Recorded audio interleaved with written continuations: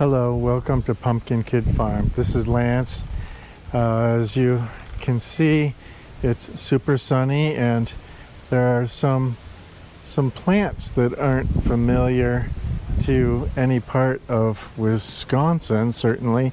So this is my end of March and April installment for the channel.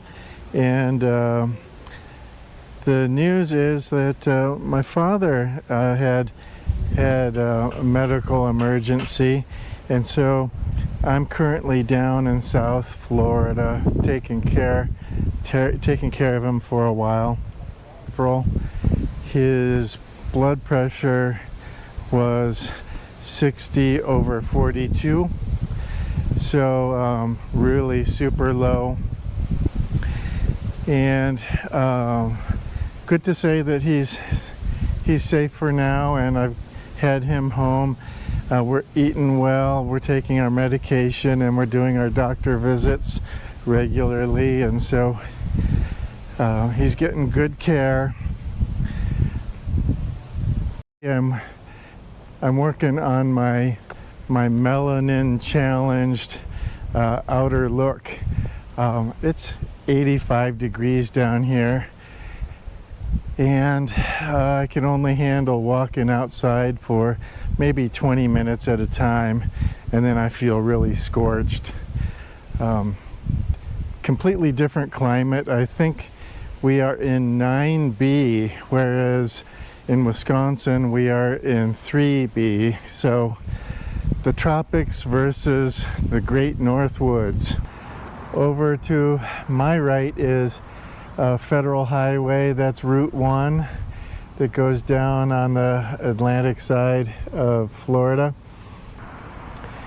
My father was born in 1938, so that makes him 88-ish, coming up on 88.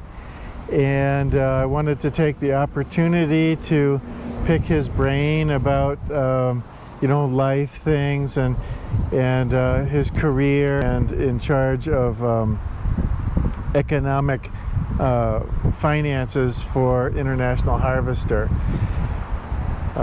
namely the school bus division, the truck division, the commercial vehicle division, and most prominently the farm-all division between 1960 and 1981, all the way up until the financial collapse of International Harvester. He is starting to forget names. Dates he's pretty good at, but I wanted to, at the end of this video, I will conduct an interview to kind of chronicle his tenure at International Harvester. That would be in Chicago. That's where we were raised. I've got two siblings, and so we had a great childhood growing up. If I wait too long for interviews like this, the details might be more fuzzy and less forthcoming. We are not too far from Mar-a-Lago, which is, I want to say, about 2 miles down the road in Palm Beach.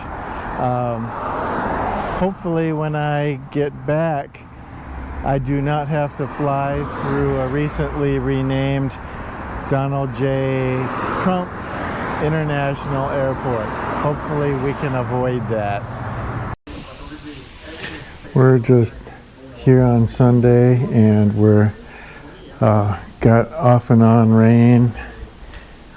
At times it's strong. We're just looking out at the Intercoastal Waterway, and the wind's blowing. Let's see. Flag is getting tattered. We can walk around to the front door and see if anything's different. More trees blowing around here. So we're just looking through the screen, looking through the bars. Hold on.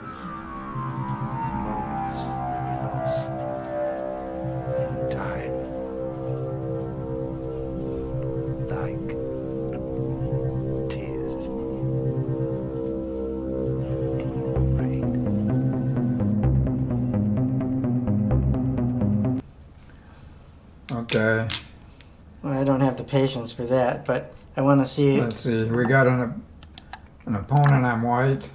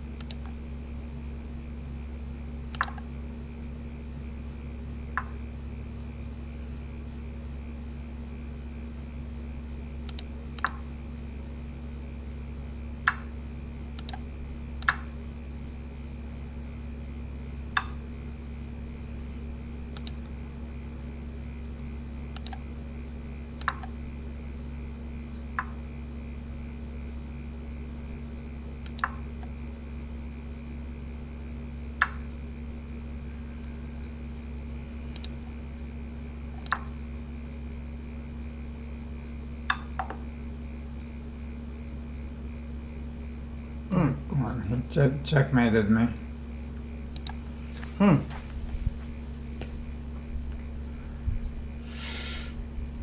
That's how it goes. You win some, you win one, you lose one.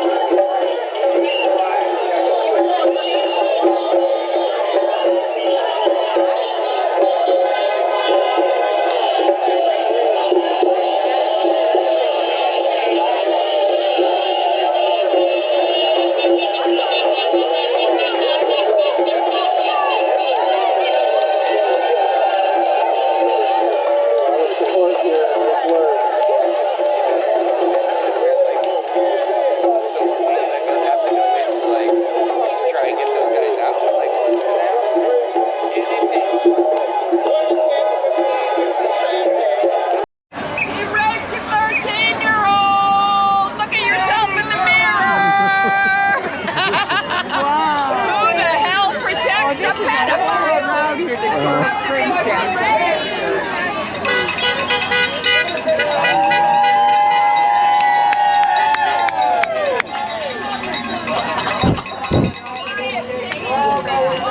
are at Southern and Flagler. No Kings Road. Part 2.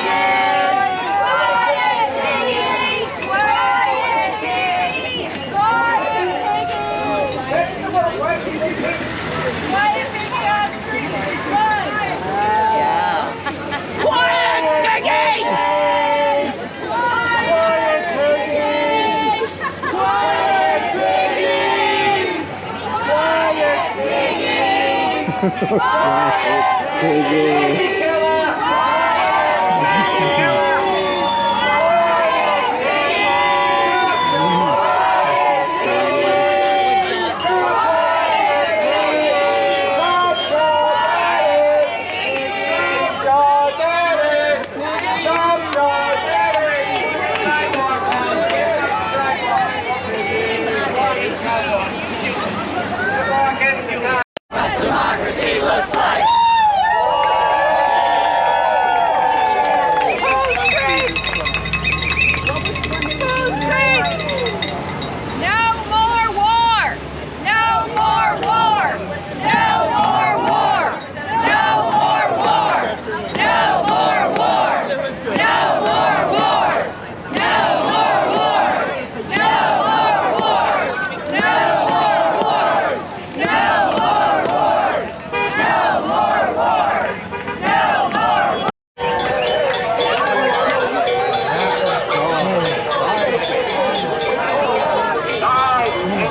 Okay, wave to the camera. We're just outside of Mar-a-Lago, the King's Castle, I guess.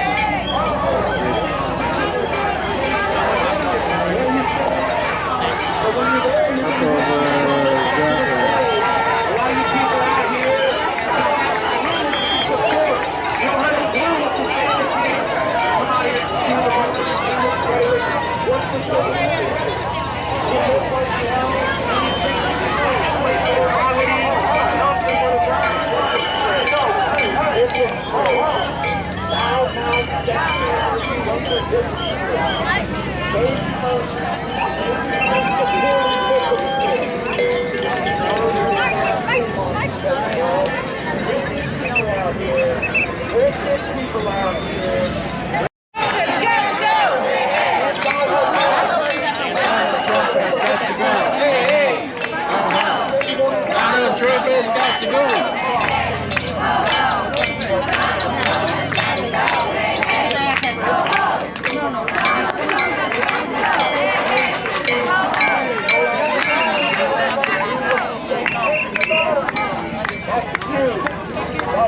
I'm telling you to repent. I'm telling you to repent.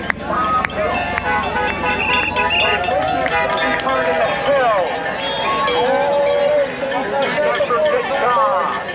The wicked and the weight of fire. As the years are gathered together and burn in the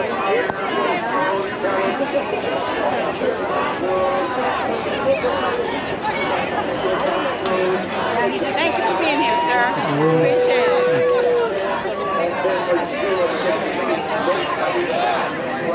You can see the soldier on top of the van. Security is high here.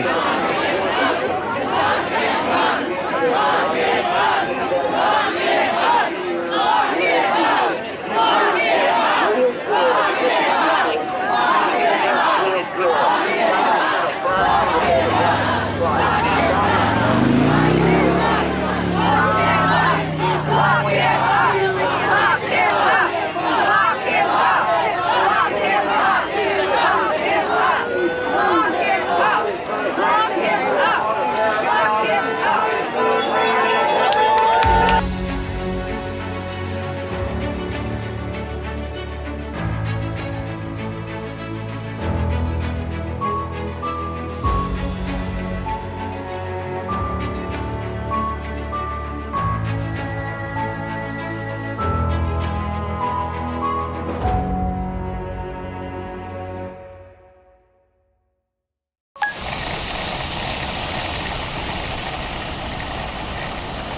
The heavy downpour on April 2.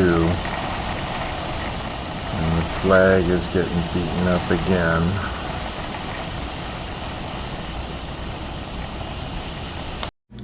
So I did. So I got employed working at Central Standard Life Insurance Company for MacArthur's brother. And I helped design a insurance policy rider for executives covering their wives. But then I got a call from Harvester.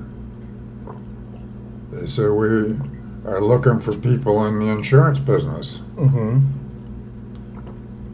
we'll give you a big raise. Come and help us do insurance. They did their own insurance. They didn't go to the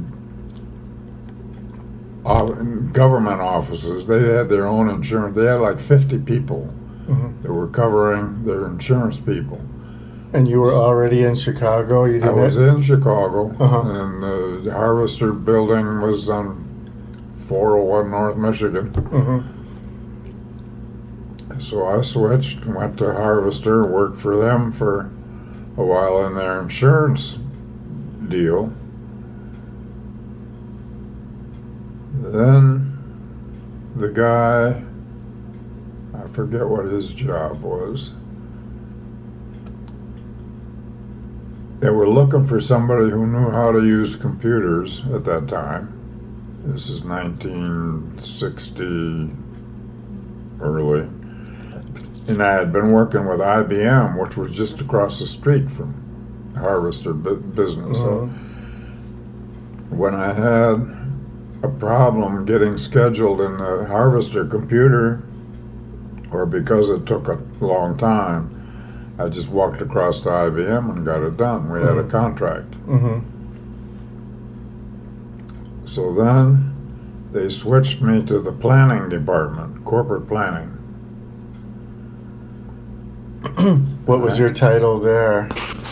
I don't remember what title I had, but I had an office, well, right across from the guy who was the contact for all the unions at all the plants. And this guy was on the phone, and he couldn't be on the phone sitting down. He had to be walking around in his office with the phone. He got crazy wild with this, with the union people. They argued and yelled at each other.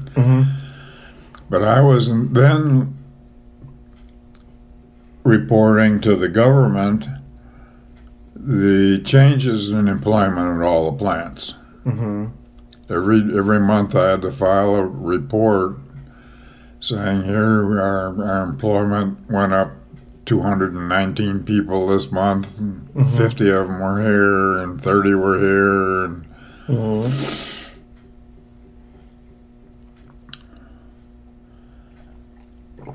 and from there, they decided they needed for the engineers for the truck division, which is in Fort Wayne. That's all the engineers for the whole truck division, the foundry, all the way to the assembly, but they didn't know how to use computers. So they sent me to Fort Wayne.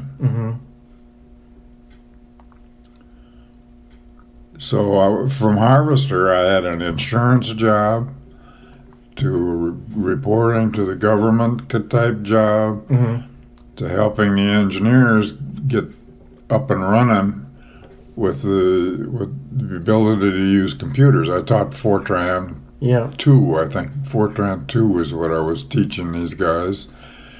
And in the process, I designed a program to help design their valve spring. And we did a study in one of their labs where they did a high-speed film of the engine running,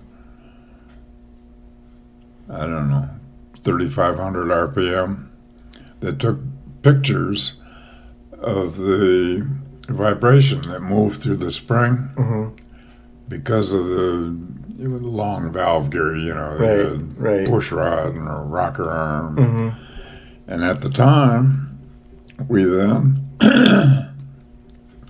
tried a truck overhead cam engine, similar to the Norton. And then we made progress getting rid of some of the vibration in the valve system, but we couldn't get more horsepower out of it. So you're trying to eliminate the valve bounce?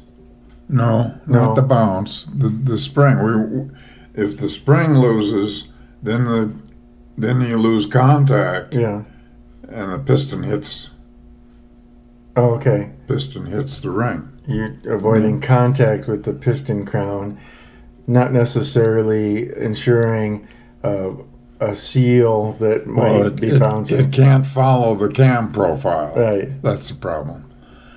But then Ducati's got the Desmodromic where it opens and closes. That's 2 cams. Yeah. That's what the red bike and... Yeah. So that's when, because the truck division was supplying Ford with all the engines for their pickups. Every Ford pickup of that time had a Harvester engine in it. And so the Ford people came and said, we're going to go after Ferrari. Yeah. So they had me as part of 2 programs to develop the engine that Ford essentially beat Ferrari with. The one program we did was a simulation of the combustion chamber. Every half angle of the crank, we figured out what's going on in the combustion chamber. And with that, we were able to design the top of pistons. We could decide 2 valves, 3 valves, 1 huge valve and a couple small ones. We could decide where to put the spark plug. We could decide this is the better shape for the port coming into the intake. And so that was the one program. The other program was to compute all the friction loss everywhere in the engine. The piston, the crank, cam, all the drivers. I've heard that with the tractor division, that a lot of Harvester engines were they were built overseas. There was factories in Germany. Well, we had a factory in Russia. I've got somewhere filed away in some box somewhere some of the first rubles that Harvester made in Russia. McCormick had a party. It was a fancy party. Everybody dressed up. Went to some hotel restaurant. It was about the Russian thing. In fact, when I taught in Belgium, Brussels, it was mostly Russian Harvester people. Mother was with me on that trip. She got to walk around Brussels. And one day she came back and she said she almost got hit by a streetcar.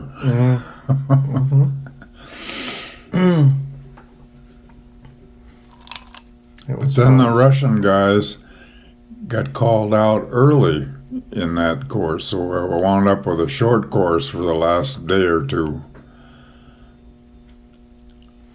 For some reason, I don't know if there was a government call or I don't know why they got called. Talk about leapfrogging to closer to the last decade of your time at Harvester, where you were forecasting a lot of stuff in the Quad Cities. Well, Yeah, the Farmall plant up there in the Quad Cities was the largest farm tractor plant in the world. Mm-hmm. They built around 40% of all the tractors in the world at that time. And that plant was built to build aircraft engines for the war. When the war was over, Harvester moved in, and it turned out that the assembly line for the tractors ran pretty close to a wall for most of the whole line. So you could only supply parts from one side. Uh-huh. That was a problem. Plus, the people on the line, almost all these tractors were custom made. Mm-hmm. If a guy said, I want certain size tire and I want certain gear ratios and I want my seating to be this way, then other stuff had to be changed. Mm-hmm. And none of this was blueprinted. Mm-hmm. So a guy would have a piece of paper describing sort of a custom part that I'm working on. Mm-hmm. And he has to figure out, what do I have to do to allow that piece to be there? Mm-hmm. So we tried to realign some of the lines so we could supply it from both sides. And we gave computer stuff so these guys could punch in, here comes number 3987. Mm-hmm.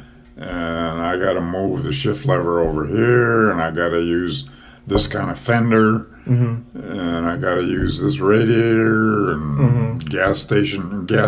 gas can Mm-hmm. tank goes here, or it's got two gas tanks. Mm-hmm. So that's the kind of stuff that we worked on up in the Quad Cities, Mm-hmm. Farmall.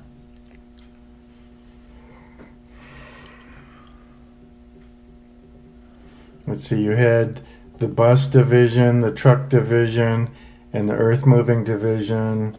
What else? Well, it was You had It was a plant in California where we built all of the engines for helicopters, Mm-hmm. and they had some problems in their assembly. So we worked on that.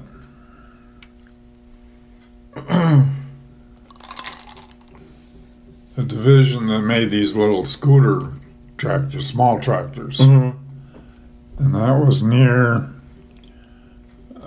Kentucky Derby place. Mm-hmm. It was near the Corvette place, Bowling Green. Bowling Green.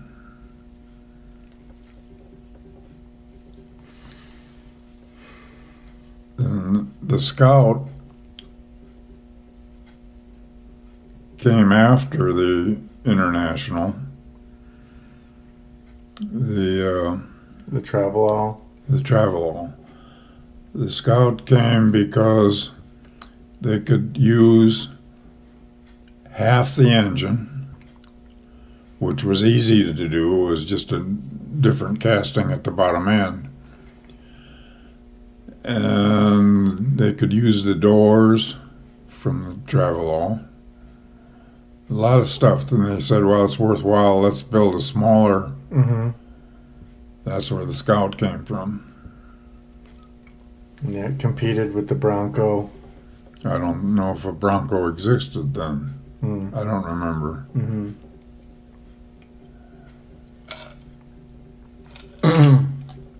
But I know the Chevrolet with their Suburban, it was a copy of the Travelall. Uh-huh.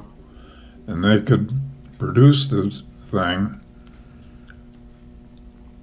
And in many ways, in the early days, it wasn't very good, but they built it better as they got experience. But they could build it cheaper because of the tax. All the stuff that went into the travel hall was taxed as truck stuff, which a lot of it was. The stuff that goes into the Suburban is all automobile parts, taxed much less. So that was a problem. What was one of the challenges that you had that you can remember being a forecaster at Harvester? Can you recall anything that was a different challenge that you overcame and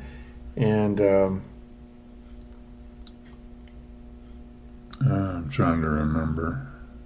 and solved? Because I got transferred back to Chicago at a time where I told them that because I had tried in Fort Wayne doing all this truck division stuff, to go to school at Indiana and Purdue. It was a combined center in Fort Wayne, where Indiana and Purdue in the same building. So I went to them, and they hired me part-time to teach at night. So I taught calculus at night. Was this And ball? during the day, then I told them,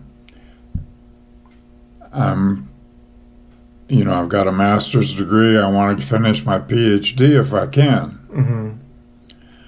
So they went to the board of Indiana and Purdue, and they agreed, both boards, because I didn't have a bachelor's degree, that I could be a student. No, I could be a teacher at either of those schools, but I could not be a student. So that's when we decided I got to get back to Chicago. How long did you do that? I was there probably for a couple of years when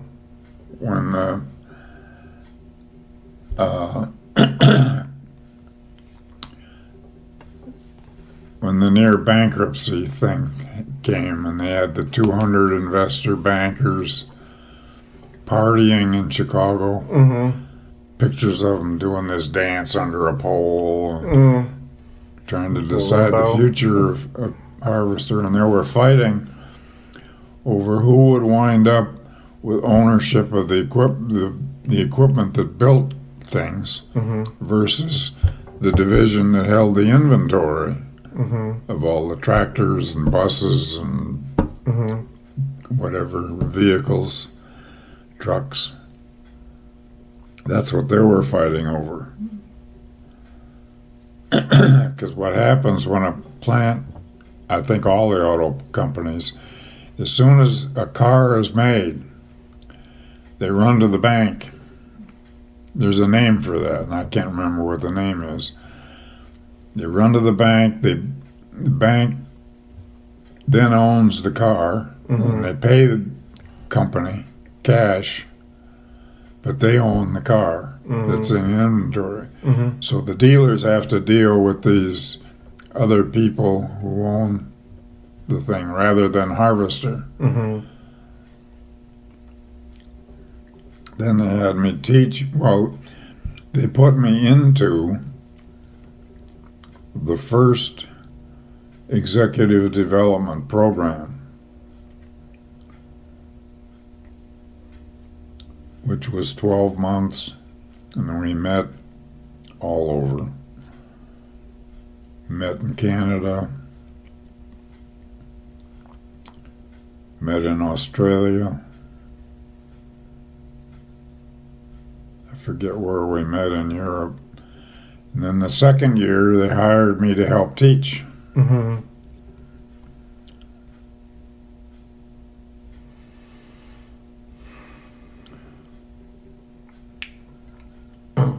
How often would you go to plants or suppliers for some of the equipment that you were in charge of forecasting? Mostly I was forecasting economic variables, Mm-hmm.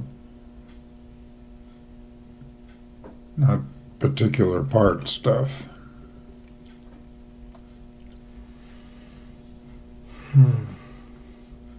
You had mentioned you went to steel suppliers. Well, because Wisconsin Steel was part of Harvester, Mm-hmm. went there, and what I was trying to accomplish there, when they get orders, when Wisconsin Steel got an order from Ford for certain kind of steel, 1040 maybe, and they wanted casting rather than a string strip produced steel. They get all kinds of different chemistries, different physical properties of steel, and they make these huge things of it. Mm-hmm. And then they pour it into ingots. Mm-hmm. And they get ingots on a railway, and they take the ingots out to a big yard, Mm-hmm. and they cool them off until and then they bring back, according to the order, the number of ingots that they need for the order, and it goes into the blooming mill and rollers, and they wind up with stuff left in the inventory out in the yard. Mm-hmm. And they couldn't keep track of what they had out there. Mm-hmm. So that was my job. Mm-hmm. And part of the job was, instead of designing the amount of steel you make in these big pots, according to the old rules that everybody used for years, let's try and do it according to the size of the order. Yeah. It's going to take so many ingots. So many ingots means so much in the boiler thing. Mm-hmm. And let's make them the same size. Mm-hmm. So we don't have, at every stage they wound up producing inventory. Yeah. So we got too many billets, too many bars, too many ingots, and they're all in a yard out there. They can't find anything. Right. This was probably before the widely accepted Toyota method of manufacturing,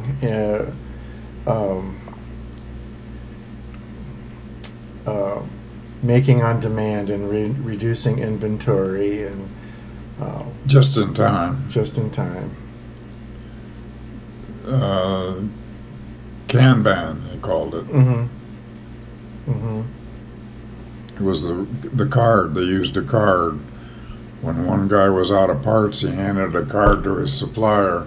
Mm-hmm.